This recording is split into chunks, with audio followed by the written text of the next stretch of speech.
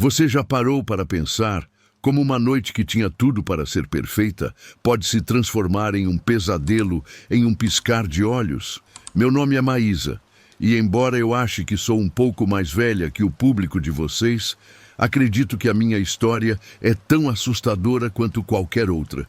Quando eu tinha apenas 21 anos, saí com um cara no meu estado natal, a Flórida. Como era nosso primeiro encontro, eu estava nervosa para caramba, sentada bem na frente daquele cara que eu tinha conhecido na festa de uma amiga uma semana antes.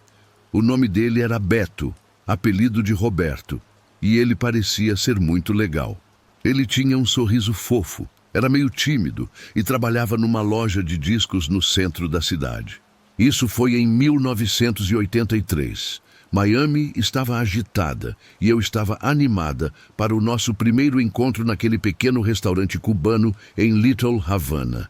Eu nunca tinha ido lá, mas todo mundo dizia que a comida era incrível e o lugar tinha um clima aconchegante, com azulejos coloridos e fotos antigas nas paredes. Beto me buscou no meu apartamento e fomos para o restaurante no carro dele. Eu queria causar uma boa impressão, mas quando chegamos, eu já estava duvidando de tudo. O ar estava quente e abafado, típico de Miami, e o rádio tocava uma música chata que eu fingi gostar. Lembro que fiquei mexendo na minha pulseira, tentando acalmar os nervos. E então, quando entramos no restaurante, o cheiro de porco assado e café fresco me atingiu, e eu comecei a relaxar um pouco. O lugar estava lotado. Famílias riam, garçons corriam de um lado para o outro e nós conseguimos uma mesinha perto da janela. Lembro de pensar em como as luzes da rua lá fora faziam tudo parecer tão vivo. Pedimos a comida e eu estava começando a sentir que talvez aquele encontro não seria um desastre. Beto me contava sobre um vinil que tinha encontrado no trabalho e eu tentava parecer interessada, mesmo não sendo muito ligada em música. Enquanto tomava meu refrigerante, eu olhava pela janela de vez em quando. A rua estava movimentada, com carros passando e pessoas caminhando sob as luzes de neon. Tudo parecia normal, como qualquer outra noite em Miami. E então aconteceu. No começo, eu nem percebi o que estava rolando. Houve um estouro alto, como se fossem fogos de artifício, e a janela ao nosso lado se estilhaçou. Vidro voou para todo lado e eu congelei, meu coração batendo mais forte do que eu já tinha sentido em toda a minha vida. Os estouros continuaram rápidos e secos e as pessoas começaram a gritar. Eu me joguei debaixo de uma mesa, com as mãos na cabeça sem nem pensar, agindo por puro instinto. Eu sentia os cacos de vidro sob as palmas das minhas mãos. Meu vestido provavelmente estava arruinado, mas eu não me importava. Tudo o que eu conseguia pensar era: por favor, Deus, eu não quero morrer. Beto estava debaixo da mesa comigo, e o rosto dele, eu me lembro, estava pálido como um fantasma. Eu podia ouvir pratos quebrando, cadeiras arrastando e mais gritos. Os tiros não paravam, mas não era como nos filmes. Era confuso, caótico e tão alto que meus ouvidos zumbiam.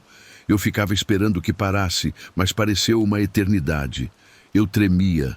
Minha respiração vinha em suspiros curtos e eu não conseguia parar de imaginar alguém entrando pela porta para acabar com a gente. Eu não sabia o que estava acontecendo, nem por quê.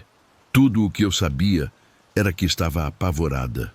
Quando os tiros finalmente pararam, foi como se o mundo tivesse prendido a respiração. No início, houve um silêncio terrível, que aos poucos foi quebrado por pessoas chorando ou gritando em espanhol. Eu continuei debaixo da mesa, com muito medo de me mover. Beto segurou minha mão e, embora tenha sido estranhamente íntimo para um primeiro encontro, eu deixei. Mas minha mente estava a mil. Estávamos seguros. O atirador tinha ido embora, ou ele estava apenas esperando pelo segundo round. Eu não parava de pensar na minha mãe, em como eu não tinha ligado para ela naquele dia e em como talvez eu nunca mais tivesse a chance. De alguma forma, acho que foi um garçom que gritou que tudo tinha acabado e que era para todos manterem a calma.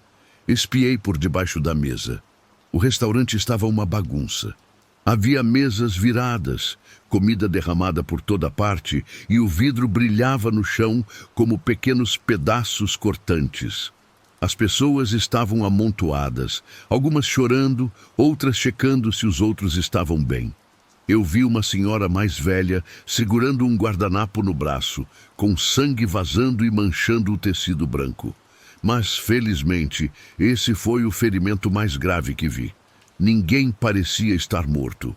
E, embora eu sentisse uma onda de alívio, meu corpo não parava de tremer.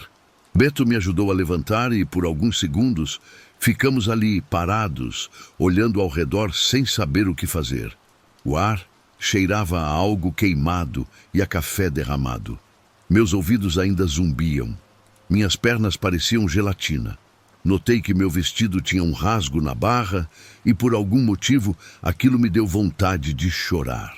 Era uma coisa tão idiota para se importar quando eu tinha acabado de pensar que ia morrer. Mas tudo aquilo meio que me atingiu com muita força. Eu ficava pensando que era para ser uma noite divertida, mas de alguma forma se transformou em um pesadelo. As sirenes da polícia começaram a soar lá fora, e em pouco tempo havia policiais por toda a parte, fazendo perguntas e nos dizendo para não sairmos do lugar. Ouvi alguém dizer que tinha sido por questões políticas, mas eu não entendia bem o que estava acontecendo, e eu não compreendia nada daquilo. Por que aquele lugar? Por que naquela noite? Eu senti uma mistura estranha de alívio por ninguém ter se ferido gravemente, mas também uma raiva por alguém poder ser tão cruel a ponto de arruinar uma noite normal e colocar a vida das pessoas em risco. Antes de sairmos, eu e Beto demos nossos depoimentos à polícia. Eu nem me lembro do que disse. Minha mente estava confusa, mas assim que terminamos, eles nos disseram que podíamos ir. Beto se ofereceu para me levar, e eu concordei com a cabeça, ainda muito abalada para discutir e sem querer ficar sozinha. Não conversamos muito no caminho de volta. O rádio estava desligado e a cidade parecia diferente, como se tivesse me mostrado um lado que eu não queria ver. Quando chegamos ao meu apartamento, fiquei sentada no carro dele por 1 minuto, sem estar pronta para ficar sozinha. Ele me perguntou se eu estava bem e eu disse que sim, embora claramente não estivesse. Naquela noite não consegui dormir. Eu continuava ouvindo o som dos tiros e o jeito como o vidro explodiu. A forma como meu coração parecia que ia pular para fora do peito. Fiquei pensando em como eu estava tão preocupada com o meu cabelo, ou se o Beto gostava de mim. E então o mundo virou de cabeça para baixo em 1 segundo. Aquilo fez tudo parecer tão frágil, como se qualquer coisa pudesse acontecer a qualquer momento. Beto ligou no dia seguinte para saber como eu estava e conversamos um pouco sobre o que aconteceu. Saímos de novo 1 semana depois, mas não foi a mesma coisa. A química tinha sumido, talvez porque tivéssemos compartilhado algo tão intenso cedo demais. Eu não o culpei, mas não conseguia me livrar da sensação de que aquele encontro estava amaldiçoado desde o início. O restaurante ficou fechado por um tempo, e eu nunca mais voltei, mesmo depois que reabriu. Não conseguia me imaginar sentada ali de novo, comendo como se nada tivesse acontecido, e por muito tempo fiquei nervosa em lugares cheios. Qualquer barulho alto me fazia pular.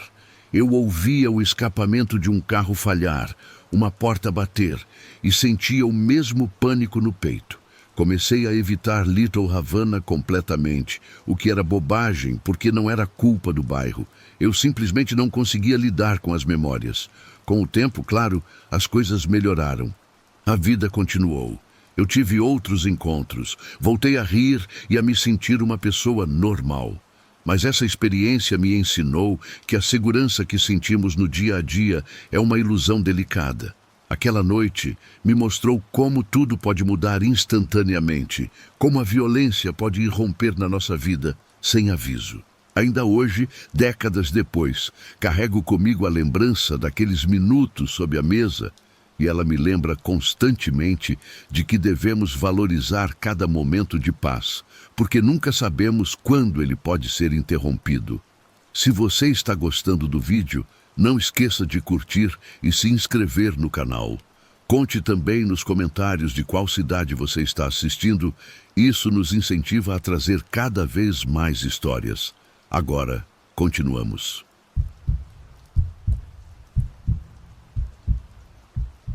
Sigo o canal há um tempo e sempre me impressiono com as histórias de encontros que vocês compartilham. Resolvi contar uma que vivi que mostrou o lado mais assustador da minha vida amorosa. O nome dele era Marcelo e a gente se deu super bem em um aplicativo. Ele parecia confiante, talvez um pouco convencido demais, mas de um jeito charmoso. Ele era um cara de uma parte mais barra pesada da cidade. Estava sempre postando sobre seu carro, todo modificado, e seus tênis chamativos nas redes sociais. Estilo ostentação, sabe? Tinha uma atitude forte, sonhos ainda maiores, mas provavelmente não muita coisa na conta bancária. Mesmo assim, ele tinha uma vibe que me deixou curiosa. Ele sugeriu que a gente desse uma volta de carro, talvez parasse para comer em algum lugar mais tranquilo, e pareceu divertido, então eu topei. Eu passei dias ansiosa por aquele encontro. Na noite do encontro, eu me arrumei, mas de um jeito simples. Calça jeans, uma blusinha bonita, tênis, caso a gente acabasse caminhando por algum lugar.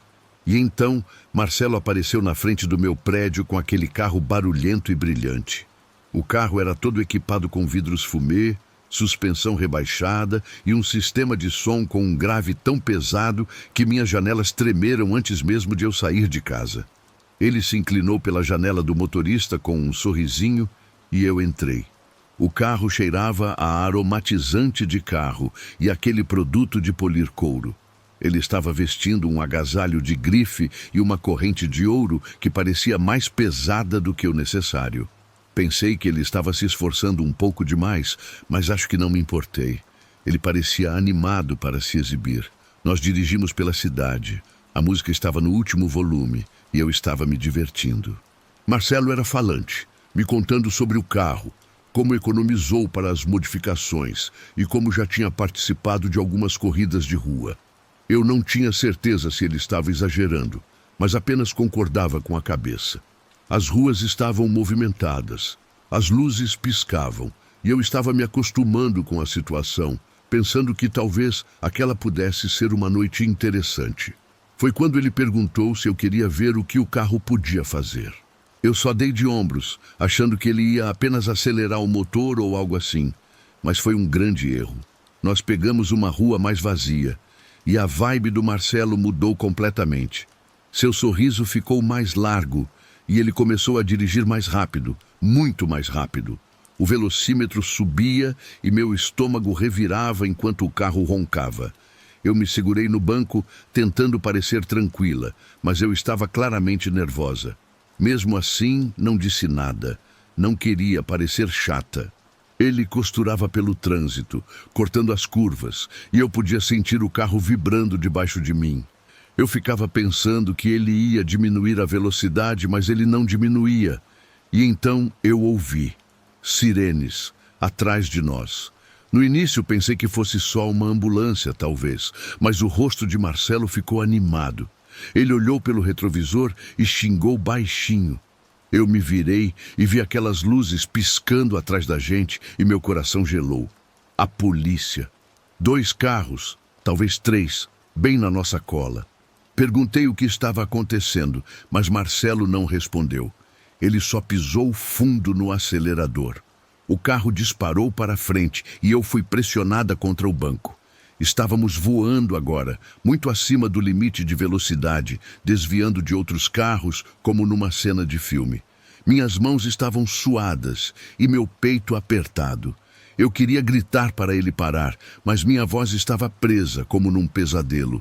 As sirenes estavam mais altas, mais próximas, e eu podia ver os carros da polícia pelo espelho lateral. As luzes deles me cegavam. Marcelo estava focado, com as mãos firmes no volante, mas eu podia ver que ele também estava em pânico. A cidade começou a virar um borrão. Postes, prédios, tudo parecia uma mancha. Eu já nem sabia mais onde estávamos. Entramos em uma longa reta e eu pensei que talvez a gente conseguisse despistá-los, mas a polícia não desistiu. Ouvi um estrondo alto e o carro desviou com força. Minha cabeça bateu contra a janela e eu me lembro de ter gritado. Marcelo protestou alguma coisa, mas eu não consegui entender por causa do barulho. Olhei para trás e vi que um dos carros da polícia tinha batido na gente. A traseira daquele Camaro estava amassada e o vidro de trás trincado. Eu percebi depois que foi uma daquelas manobras pit que eu já tinha visto na televisão, quando eles batem no seu carro para tentar fazer você rodar. E se quer saber, funcionou até bem demais. O carro começou a derrapar, os pneus cantando, e nós rodamos pela pista antes de parar. Eu estava tremendo, meus ouvidos zumbindo por causa do impacto. Antes que eu pudesse processar o que estava acontecendo, houve outra batida e vidros explodiram por toda parte. A janela do lado do motorista simplesmente sumiu, estilhaçada por algo pesado. Talvez um cacetete. Eu não faço ideia. Só me lembro de gritar, cobrindo meu rosto, enquanto os cacos de vidro choviam dentro do carro. A minha janela foi a próxima a quebrar e eu senti o ar entrar com força. Olhei para cima e havia policiais por toda parte, nos cercando. Os carros estavam posicionados para nos bloquear, com as luzes piscando tão forte que machucava meus olhos. E eu vi armas de verdade, não armas de choque, apontadas diretamente para mim através das janelas quebradas. Meu coração batia tão forte que eu achei que ia explodir. Eu congelei, com as mãos para o alto, tentando mostrar que não era uma ameaça. Marcelo estava protestando, mas eu não conseguia me concentrar no que ele dizia. Os policiais também gritavam, mandando a gente sair com as mãos para cima. Eu estava apavorada, mas conseguia abrir a porta e sair tropeçando. O asfalto estava frio sob os meus pés, e eu percebi que tinha perdido um sapato durante toda aquela confusão. Minhas mãos tremiam enquanto eu as mantinha acima da cabeça e olhava para o chão, com medo demais para encarar os policiais. Eles me agarraram, não com força, mas com firmeza, e me afastaram do carro. Eu vi quando arrastaram Marcelo para fora, jogando-o no chão. Ele ainda protestava algo sobre eles não terem o direito, mas ninguém estava ouvindo. Fui levada para o acostamento, onde um policial começou a me fazer perguntas. Queriam saber meu nome, o que eu estava fazendo ali, se eu sabia por que Marcelo tinha fugido. Eu disse a eles que era nosso primeiro encontro, que eu não tinha ideia do que estava acontecendo. Minha voz estava trêmula e eu sentia as lágrimas enchendo meus olhos, mas me segurei. A polícia me revistou, checou minha bolsa enquanto eu ficava ali, tremendo e humilhada, enquanto outros carros diminuíam a velocidade e seus passageiros ficavam nos encarando. Eles me mantiveram ali, pelo que pareceu uma eternidade, fazendo as mesmas perguntas várias e várias vezes. Eu disse a eles que mal conhecia Marcelo, que eu tinha acabado de conhecê-lo online, mas dava para ver que não acreditavam totalmente em mim. Disseram que havia algum problema com o carro. Eu não sabia e não queria saber.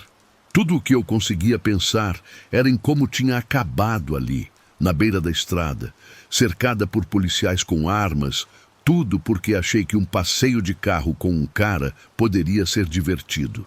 No fim, eles me deixaram ir. Não me prenderam, graças a Deus, mas anotaram meus dados e disseram que poderiam ligar mais tarde. Obviamente, Marcelo não teve a mesma sorte. Ele foi algemado e jogado na parte de trás de um camburão. E eu não fiquei para ver o que aconteceu depois. Um dos policiais me levou para casa e eu fui no banco de trás do carro, olhando pela janela. Quando cheguei, tranquei a porta, me joguei no sofá e fiquei ali sentada, tentando processar tudo. Meu celular não parava de apitar com mensagens e ligações dos meus amigos, provavelmente querendo saber como tinha sido o encontro, mas eu, sinceramente, não conseguia responder. Apaguei o número de Marcelo, desfiz o match e prometi a mim mesma que seria a última vez que me arriscaria em um encontro. A ironia é que eu só queria uma noite legal, um pouco de emoção, mas acabei vivendo uma cena de filme de ação da vida real. Só que na vida real não tem pause, não tem vidas extras, e o medo que senti naquela noite, esse fica marcado para sempre.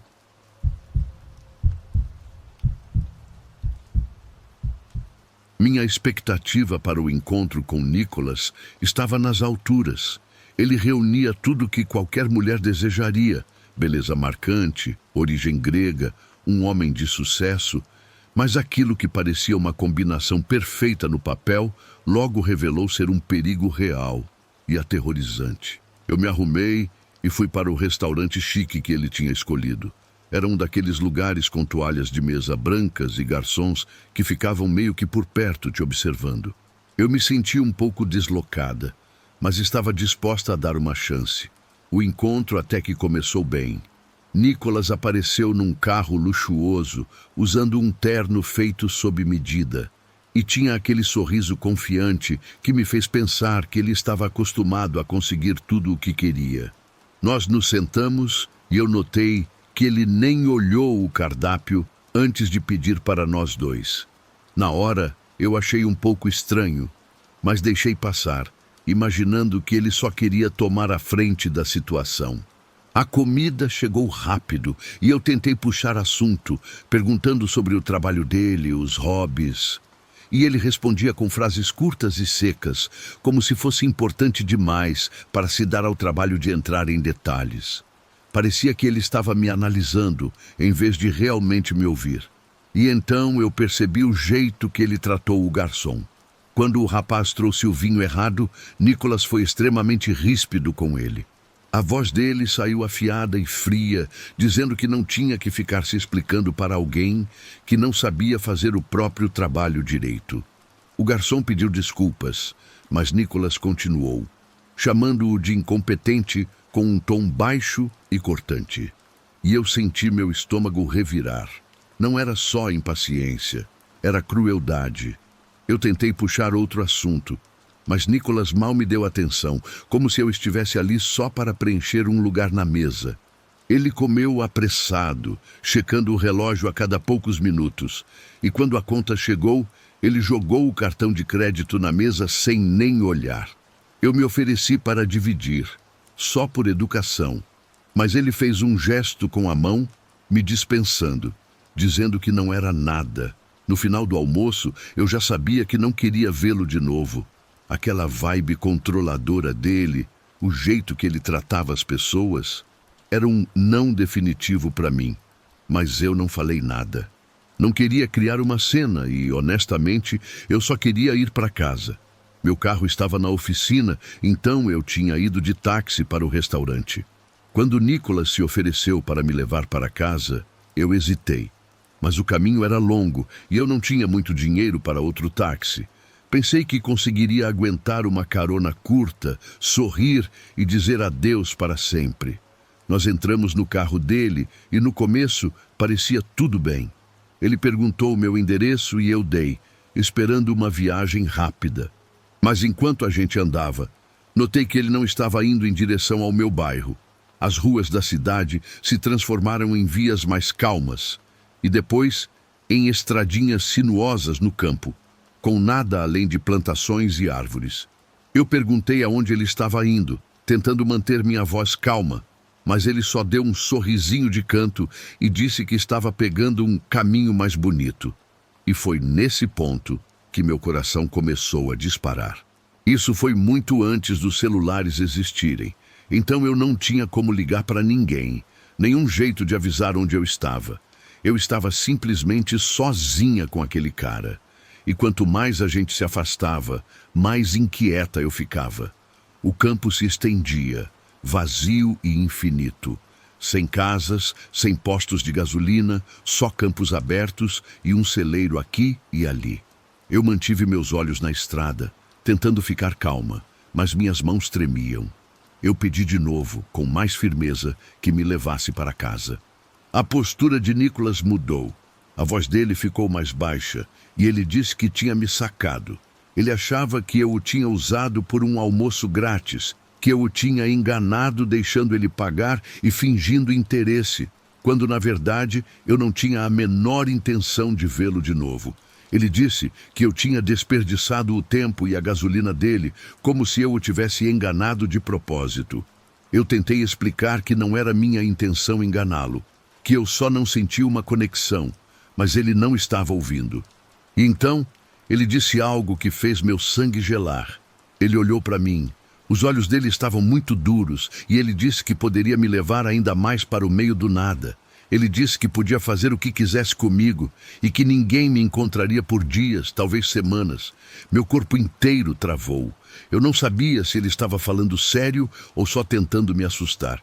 Mas naquele momento eu acreditei que ele era capaz de fazer aquilo.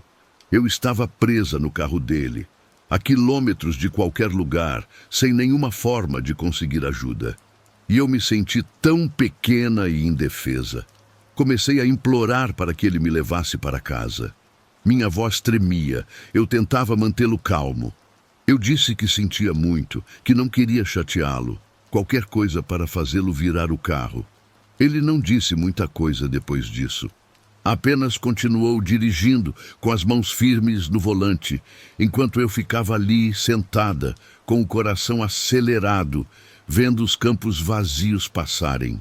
Eu não parava de pensar em como ninguém sabia onde eu estava, em como eu cometi um erro ao entrar no carro dele. Pensei na minha família, nos meus amigos e em como eu talvez nunca mais os visse se aquilo desse errado. Pareceram horas, embora deve ter sido uns 30 ou 40 minutos, até que ele finalmente virou o carro. Ele não disse por quê, não explicou. Apenas começou a dirigir de volta para a cidade e eu não ousei dizer uma única palavra para não arriscar que ele mudasse de ideia. Quando finalmente entramos no meu bairro, senti como se pudesse respirar de novo, mas eu ainda estava tremendo. Ele parou em frente ao meu prédio e eu agarrei a maçaneta da porta, desesperada para sair.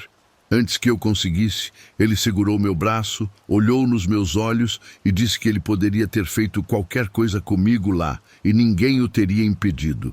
Ele disse que era para eu me lembrar disso. Então ele me soltou e eu tropecei para fora do carro, mal conseguindo ficar de pé. Não olhei para trás enquanto ele se afastava. Eu só corri para dentro, tranquei a porta e fiquei ali sentada, tentando processar o que tinha acabado de acontecer. Na manhã seguinte, eu denunciei o caso à polícia. Eu estava com medo, mas não podia deixar passar. Contei tudo a eles, como ele me levou para o campo, o que ele disse e como me fez sentir que minha vida estava nas mãos dele. Eles o chamaram para depor, mas segundo os policiais me contaram, Nicholas apresentou uma história completamente diferente. Ele disse que apenas me levou para casa, como eu pedi, que pegou um caminho mais longo porque queria conversar e que eu estava exagerando.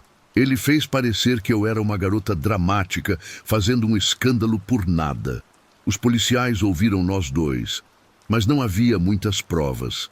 Era apenas a minha palavra contra a dele. No fim, eles o liberaram com uma advertência. Eu fiquei furiosa, mas não surpresa. Ele era rico, charmoso quando queria, e sabia como virar o jogo a seu favor. A forma como ele me fez sentir tão impotente. Comecei a verificar minhas fechaduras 2 vezes à noite, a olhar por cima do ombro quando voltava para casa. Eu nunca mais vi o Nicholas e sou grata por isso. Mas aquilo tudo me marcou para sempre. Não foi apenas um encontro ruim. Foi um despertar brutal sobre como as aparências enganam, sobre como alguém pode se apresentar como um príncipe e revelar-se um predador. Aquela experiência me ensinou que a intuição feminina não é paranoia, é proteção. Hoje eu escuto cada arrepio, cada alarme interno que dispara. E aceitar carona de desconhecidos? Jamais. Aprendi que minha segurança vale infinitamente mais do que qualquer cortesia ou conveniência, porque descobri que o verdadeiro perigo nem sempre espreita nas sombras. Às vezes, ele está sentado bem na sua frente, sorrindo educadamente enquanto corta sua carne.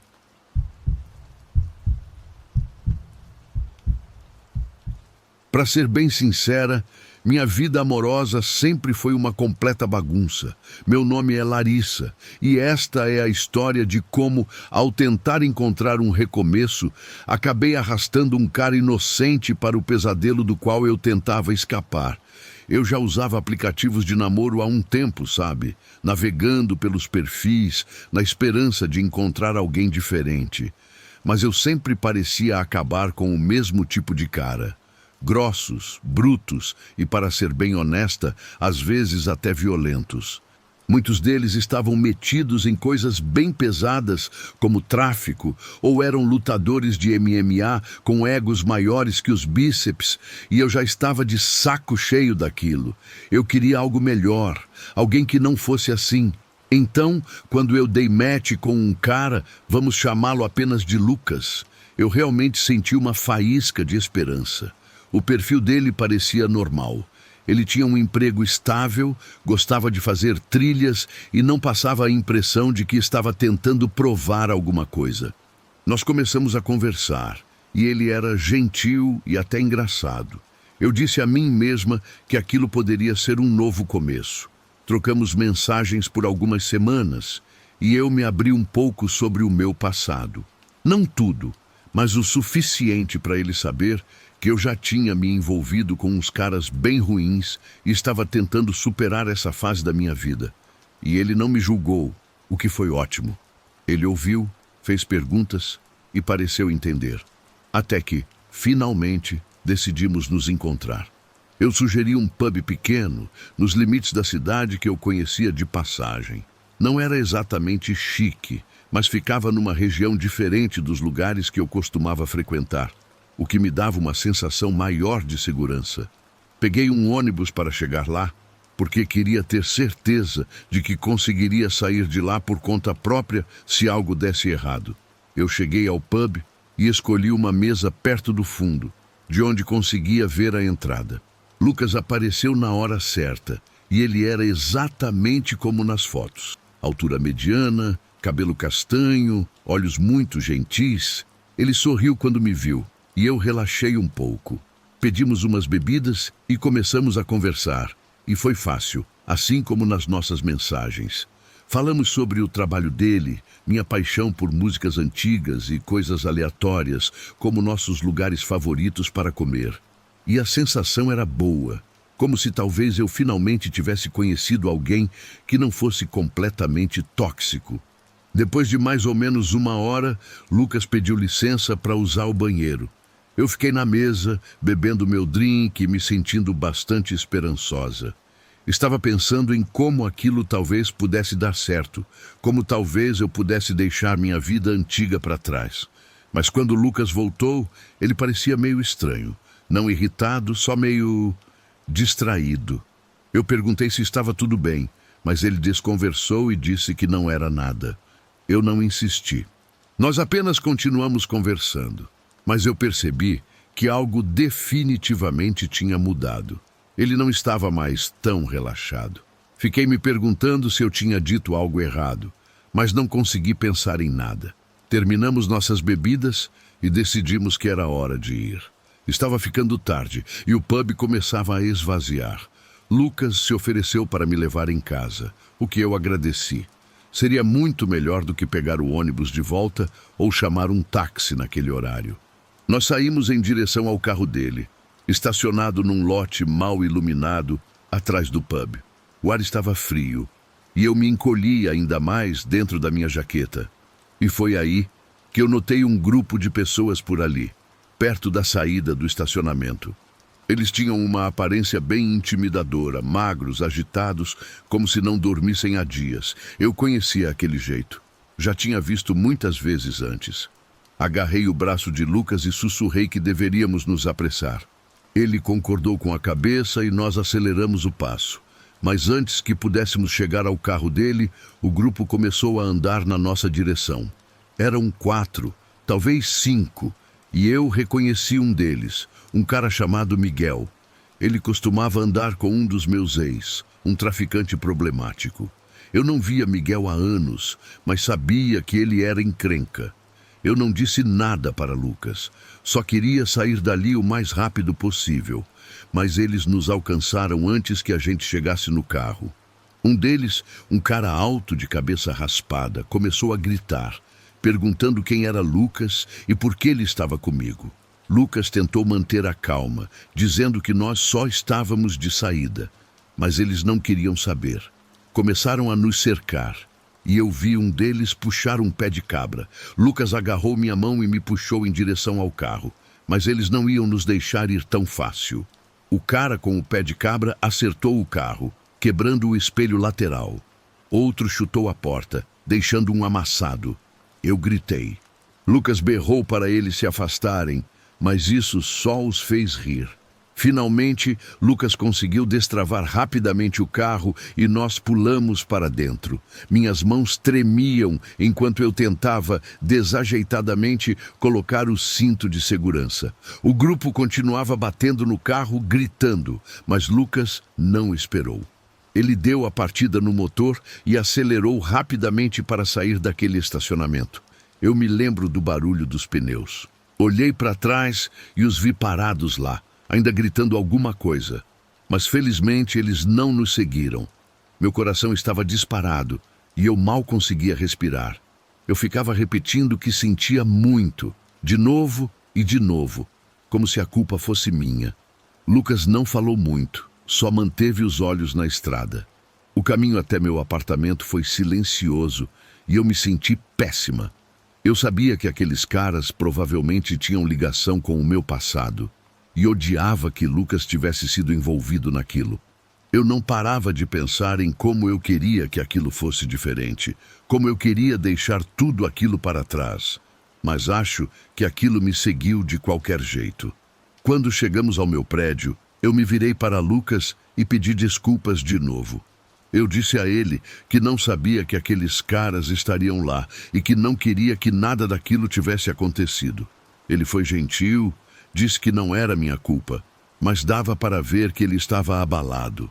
O carro dele estava danificado e ele tinha acabado de passar por algo muito assustador por minha causa. Antes de eu sair do carro, Lucas disse que gostaria de me ver de novo e eu quis acreditar nele. Eu quis acreditar que poderíamos tentar outra vez, que aquela tinha sido apenas uma noite ruim. Eu sorri e disse que também gostaria. Entrei em casa, ainda tremendo, mas me apegando a uma pequena esperança. Talvez ele estivesse falando sério. Talvez pudéssemos superar isso. Mas alguns dias depois, eu mandei uma mensagem para ele, e ele não respondeu. Esperei mais uns 2 dias e tentei de novo. Nada. Eu verifiquei o aplicativo e vi que ele tinha desfeito o nosso match. Percebi que ele devia ter apagado meu número. E doeu, mas eu não podia culpá-lo. Aquela noite foi um pesadelo e eu sabia que era por minha causa, por causa da bagunça da qual eu venho tentando escapar. Sentei no meu sofá encarando o celular, sentindo que eu tinha estragado minha chance de ter algo bom. Eu queria tanto mudar, encontrar alguém que não fizesse parte daquele mundo. Mas parecia que o meu passado nunca ia me deixar em paz. Pensei em procurá-lo de novo, talvez explicar melhor, mas não o fiz. Imaginei que ele tinha feito a escolha dele e eu tinha que respeitar. Eu me senti envergonhada, humilhada. Talvez eu devesse ter sido mais cuidadosa na escolha do lugar ou contado a ele mais sobre o meu passado logo de cara. Mas já era tarde demais. O que me resta agora é a certeza de que algumas feridas do passado são mais profundas do que imaginamos. Mesmo quando tentamos recomeçar, quando escolhemos caminhos diferentes, o que fomos antes tem uma forma cruel de nos encontrar. E talvez essa seja a parte mais assustadora de tudo isso. Não é só sobre encontrar alguém disposto a nos aceitar com nossos erros, mas sobre conseguir realmente escapar das consequências das escolhas que fizemos. Às vezes me pergunto se é possível mesmo construir algo novo quando as fundações da nossa vida anterior ainda estão rachadas.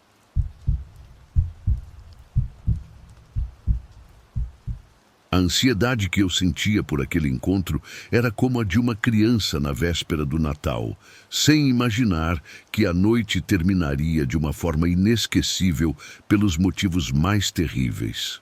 Quando ele me convidou para sair, senti aquela sensação gostosa no estômago. Ele parecia ser alguém encantador, daqueles cavalheiros de outras épocas, com um sorriso caloroso e uma atenção genuína que me fazia sentir verdadeiramente ouvida, não apenas tolerada. Nos conhecemos através de um amigo em comum e, após algumas mensagens trocadas, ele propôs que jantássemos e depois caminhássemos pela praia. A ideia soou perfeita, digna de cinema. Dediquei bastante tempo escolhendo o que vestir, optando por um vestido de verão despretensioso. Nada extravagante, apenas o suficiente para me sentir confiante. Estava nervosa, mas empolgada, torcendo para que aquilo pudesse florescer em algo especial. E a noite começou maravilhosamente. Fomos a um restaurante de frutos do mar próximo à orla. O ambiente era aconchegante, com luzinhas decorativas e aquele aroma característico de camarão frito no ar. Conversamos sobre diversos assuntos: cinema, música, nossos lugares prediletos para lazer. Era natural conversar com ele. Senti-me completamente à vontade, como se pudesse ser autêntica. Ele compartilhou histórias da infância, falou sobre seu antigo cão e algumas travessuras que aprontou quando jovem.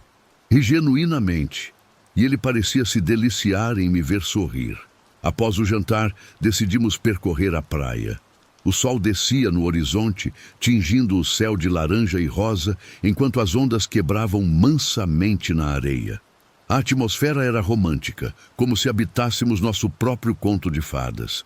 Caminhamos lado a lado, descalços, sentindo a areia fresca entre os dedos, e eu me sentia plena, considerando que talvez tivesse encontrado alguém por quem poderia me apaixonar.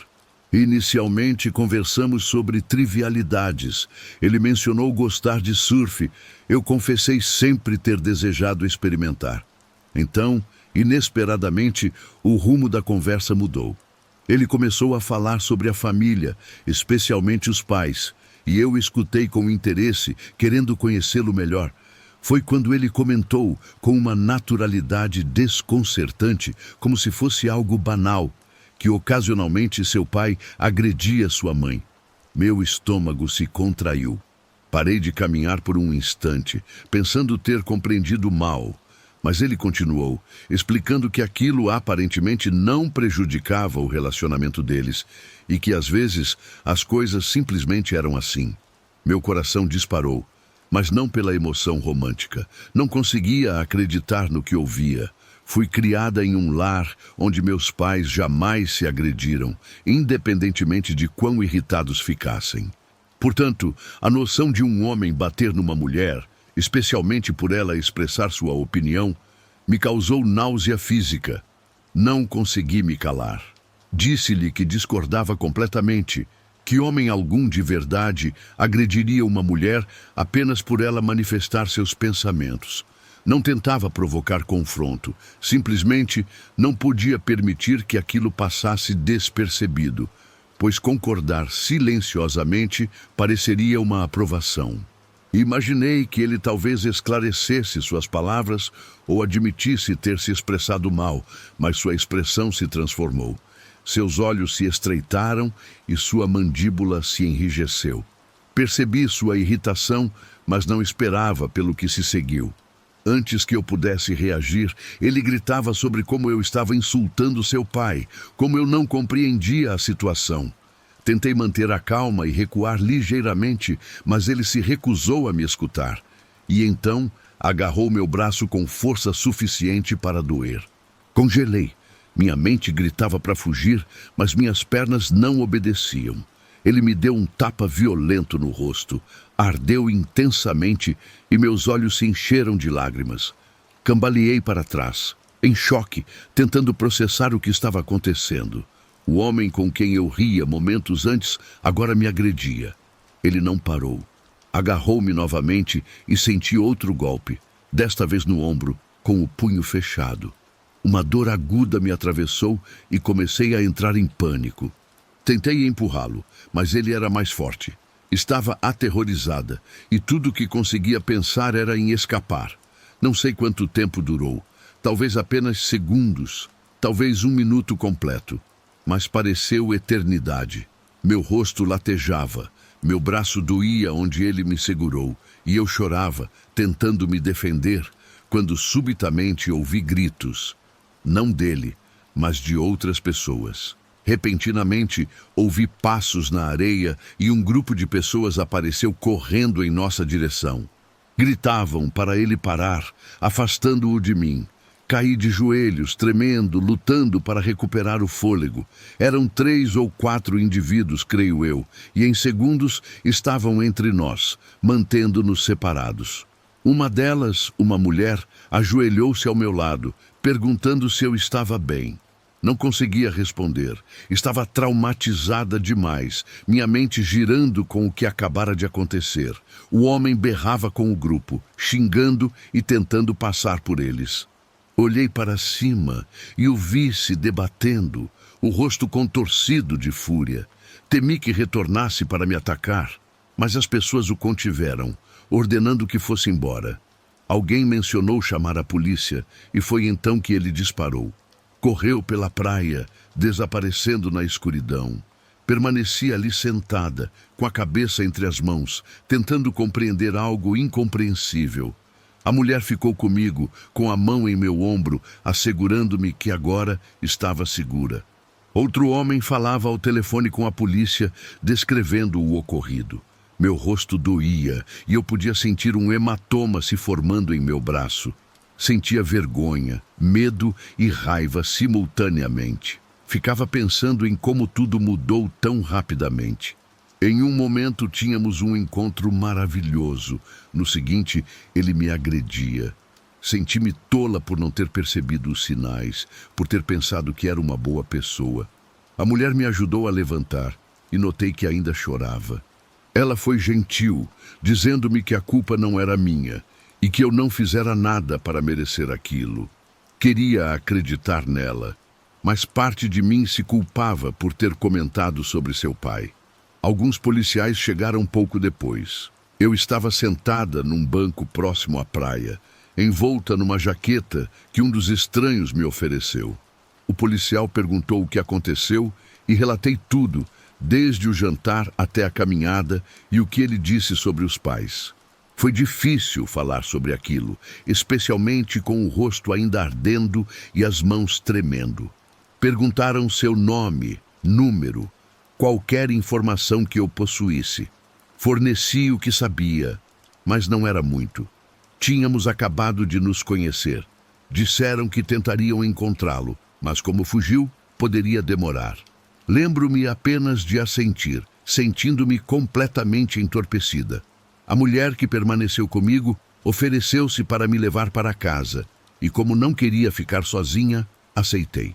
No percurso, senti-me traída, não apenas por ele, mas por meu próprio julgamento. Pensei que fosse alguém em quem podia confiar. Quando cheguei em casa, travei as portas e simplesmente me sentei no sofá, ainda com meu vestido bonito, encarando a parede. Meu celular estava cheio de notificações, mas não queria olhar. Não queria falar com ninguém. Aquela noite me transformou. Tornei-me menos confiante, mais reservada, e continuava pensando em seu rosto e como ele passou de caloroso e gentil para aquele olhar frio e raivoso tão rapidamente. Fiquei com hematomas por dias, lembretes do que aconteceu. Mas além da dor física, foi o choque que persistiu. Fui a um encontro esperando algo bom e, ao invés disso, terminei assustada e machucada. A polícia ligou algumas vezes depois daquilo, mas nunca conseguiram localizá-lo. E, sinceramente, não sei se um dia conseguirão. A polícia nunca o encontrou. Sei que jamais esquecerei aquela noite. Por vezes, ainda sinto o impacto em meu rosto e me questiono quantas outras pessoas por aí, por trás de sorrisos encantadores e palavras doces, escondem essa mesma violência, aguardando apenas o momento certo para revelar sua verdadeira natureza.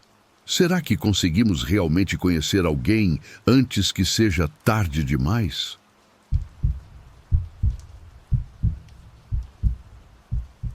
Aos 22 anos, recém-formada e trabalhando numa pequena cafeteria no centro, eu jamais imaginei que uma noite aparentemente perfeita quase se tornasse meu pesadelo.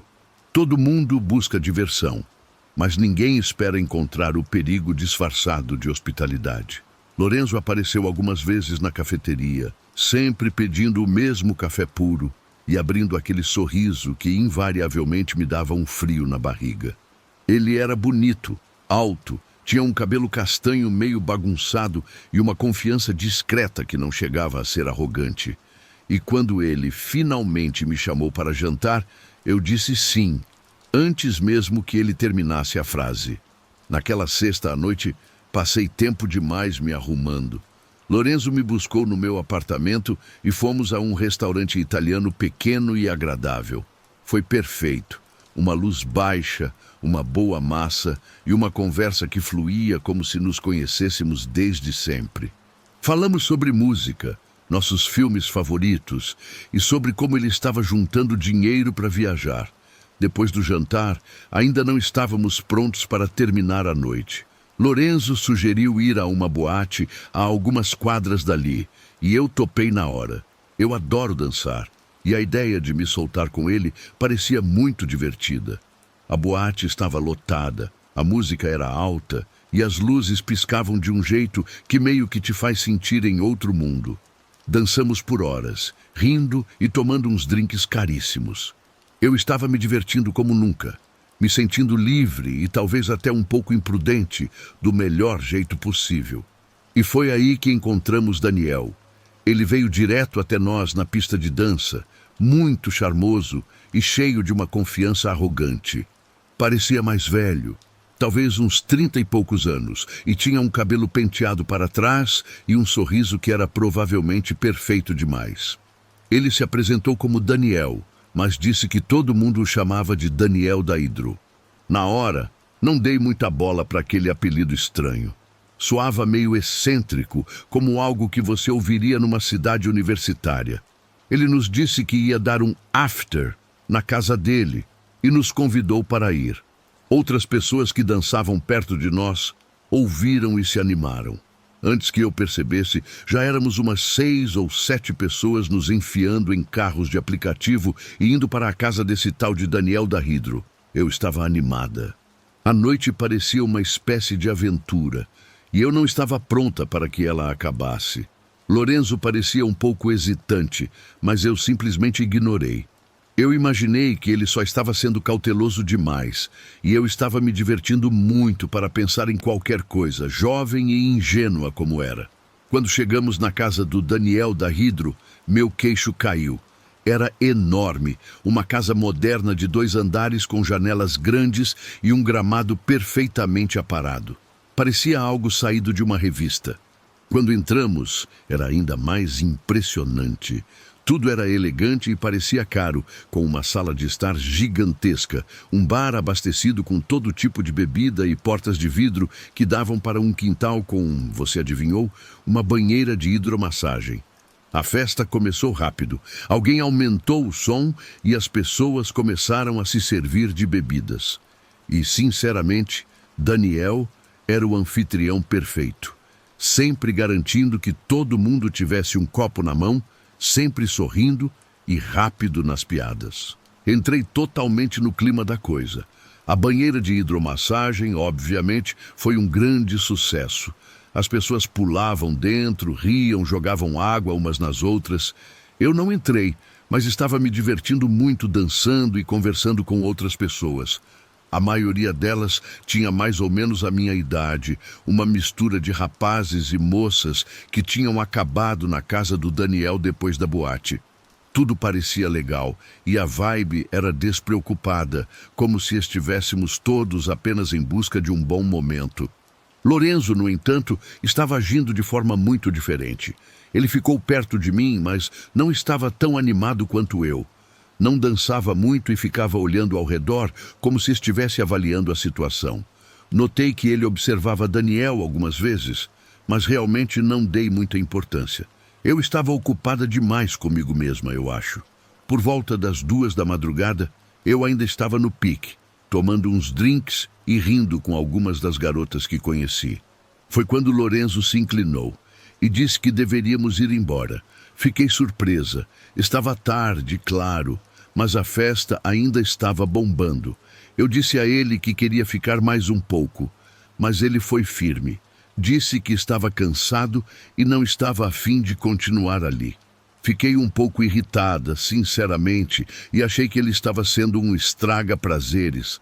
Mas ele insistiu, e eu não quis criar caso. Então, chamamos um carro por aplicativo e fomos embora. A volta para casa foi silenciosa. Eu ainda estava animada com a noite, mas Lorenzo parecia distraído. Ele não disse muito, apenas olhava pela janela. Pensei que ele só estivesse cansado, ou talvez não curtisse tanto festas quanto eu. Quando chegamos na minha casa, ele me acompanhou até a porta, me deu um abraço rápido e disse que me mandaria uma mensagem no dia seguinte. Fui para a cama ainda eufórica com a noite, pensando em tudo e em como tinha me divertido. Tinha sido uma noite tão divertida e louca, e eu já estava ansiosa para contar às minhas amigas. Na manhã seguinte, acordei com o meu celular tocando. Era um número que eu não reconhecia, e quando atendi, era a polícia. Meu estômago gelou. Eles perguntaram se eu tinha estado em uma festa na noite anterior, e eu disse que sim, confusa. Queriam que eu fosse à delegacia para responder a algumas perguntas. Eu não sabia o que estava acontecendo, mas me vesti e fui com 1000 pensamentos na cabeça durante todo o caminho. Teria acontecido algo depois que fomos embora? Alguém se machucou? Eu não tinha ideia, mas também não conseguia afastar a sensação de que algo muito errado tinha acontecido. Na delegacia, os policiais foram gentis, mas claramente sérios. Eles me fizeram sentar e começaram a perguntar sobre a festa, coisas como: quando você chegou lá, com quem estava e o que você viu? Então, e só então, eles me disseram por que haviam me chamado. Uma garota na festa havia sofrido abuso sexual. Aconteceu mais tarde naquela madrugada, depois que Lorenzo e eu saímos. Eles não me deram muitos detalhes, mas pela seriedade deles, percebi que havia sido algo grave. Daniel, o dono da casa, foi quem fez isso. Meu coração afundou enquanto eles falavam. Pensei em como eu estive naquela casa, naquele quintal com a banheira de hidromassagem, rindo e dançando apenas algumas horas antes de tudo acontecer. O pensamento me atingiu como um soco no estômago, pois poderia ter sido eu. Eles perguntaram se eu havia notado algo de estranho em Daniel, qualquer coisa que se destacasse. Eu disse que não. Ele parecia charmoso e amigável, o tipo de cara que simplesmente adorava dar festas e socializar. Mencionei como ele tinha sido tão acolhedor, sempre garantindo que todos estivessem se divertindo. Os policiais trocaram um olhar e um deles me disse que haviam encontrado muitas provas na casa de Daniel. Eles não entraram em detalhes, mas disseram que ele havia gravado coisas, vídeos, fotos, coisas que ele guardava no computador. Aquilo me deixou enjoada. O cara que eu pensei ser apenas um anfitrião divertido estava por trás de algo terrível e eu estive na casa dele, completamente alheia. Saí da delegacia tremendo. Durante todo o caminho para casa, fiquei pensando em quão perto eu cheguei de algo horrível. Se eu tivesse ficado mais tempo, se tivesse entrado naquela banheira, se tivesse tomado mais um drink, qualquer uma dessas coisas poderia ter me colocado em perigo. E me senti estúpida por não ter percebido, por pensar que a festa era apenas diversão. Mas, mais do que isso, eu não parava de pensar em Lorenzo.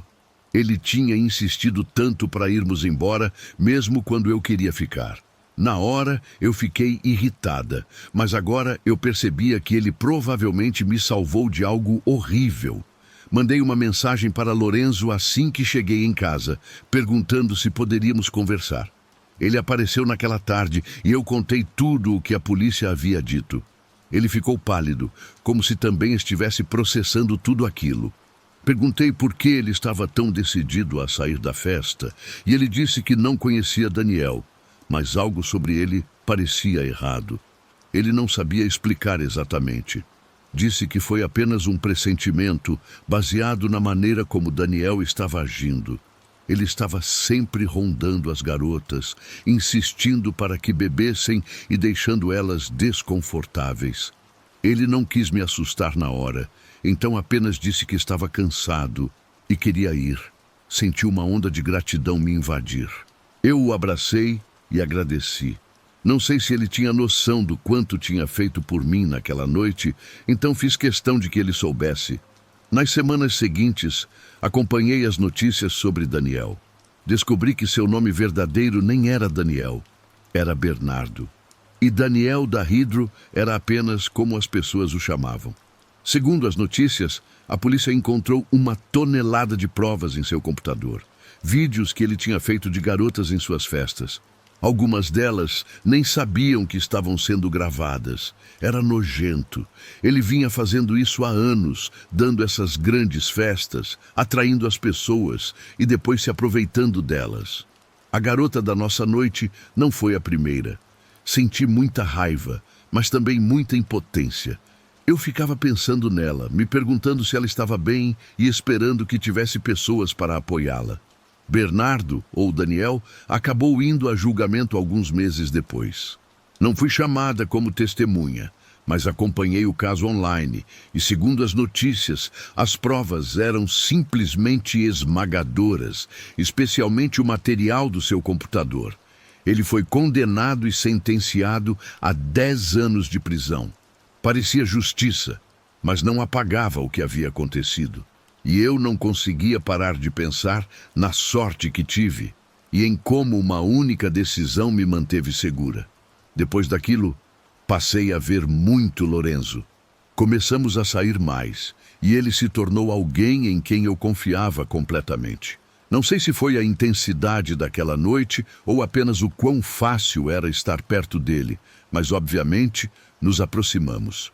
Um dia, eu disse a ele o quão grata eu era pelo que ele havia feito. Ele meio que deu de ombros e disse que estava feliz por termos saído na hora certa. Mas esse é Lorenzo, quieto, estável e sempre cuidando de mim. Hoje, quando olho para trás, percebo que a vida nos ensina de formas inesperadas. Aquela noite me mostrou que nem sempre conseguimos identificar o perigo quando ele se apresenta disfarçado de diversão. Às vezes, nossa salvação vem na forma de alguém que nos ama o suficiente para confiar em seus instintos, mesmo quando não conseguimos ver o que está bem na nossa frente. A diferença entre uma noite memorável e uma tragédia pode ser apenas uma decisão, um momento de hesitação, um instinto que decidimos seguir ou ignorar.